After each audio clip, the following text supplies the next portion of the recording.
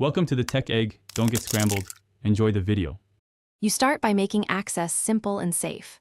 Park level, set the brake, and if the armrest houses electrical connectors or airbag wiring, disconnect the negative battery to prevent shorting. Next, feel for plastic caps on the armrest base and pry them off gently. Once caps are removed, begin removing the exposed screws using the correct Torx or Allen bit. You want firm engagement to avoid stripping. Keep screws in a magnetic tray so you won't lose them during reassembly. Once the obvious screws are out, you shift the seat position to reveal bolts hidden at the base. Slide the seat forward and back while someone supports the armrest. Remove any base bolts with a socket and then address trim clips around the mount. Pry at the seam gently and work around the piece so clips pop free without damage.